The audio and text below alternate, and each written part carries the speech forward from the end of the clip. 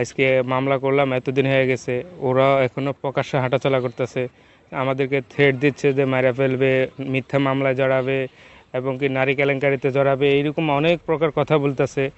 আর এরপরে আমরা মামলা কেন করছি এটা নিয়ে ওনাদের অনেক বক্তব্য, অনেক থ্রেট দিচ্ছে আমাদেরকে।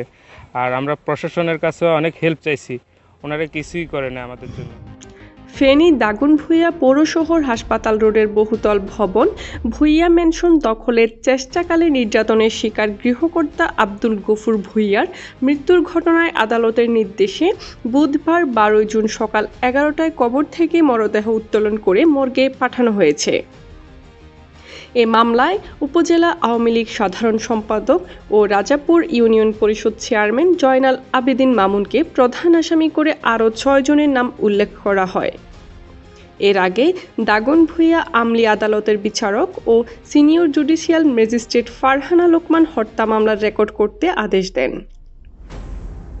মামলায় জয়নাল আবেদিন মামুন ছাড়াও আমানুল্লাহপুর এলাকায় নির্মল সাহার ছেলে দহন সাহা, রুহিণী সাহার ছেলে নির্মল সাহা ও চয়ন সাহা, জগৎপুর এলাকার আব্দুল ওয়াহাবের ছেলে আয়ুব আলী, কালামিয়ার ছেলে চেরাজুল হক, প্রকাশ হক ও ইকবাল সহ অজ্ঞাতনামা 10 থেকে 15 জনকে আসামি করা হয়।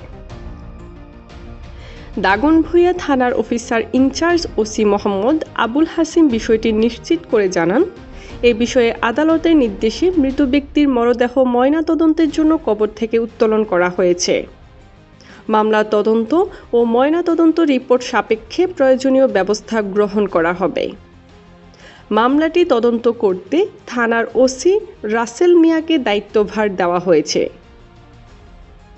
উল্লেখ্য, 29শে মে বুধবার হাসপাতাল রোডের 5তলা ভবন দখল করতে নারকীয় তাণ্ডব চালায় দুর্বৃত্তরা। এ সময় ক্যান্সারে আক্রান্ত আব্দুল গফুর ভূঁইয়া হামলার শিকার হন বলে স্বজনদের অভিযোগ করেছে। এরপর থেকে তার শারীরিক অবস্থার অবনতি হতে থাকে। 1 জুন শনিবার ভোরে অসুস্থ অবস্থায় ঢাকায় নেওয়ার সময় আনুমানিক 9:30টায় তিনি মারা যান।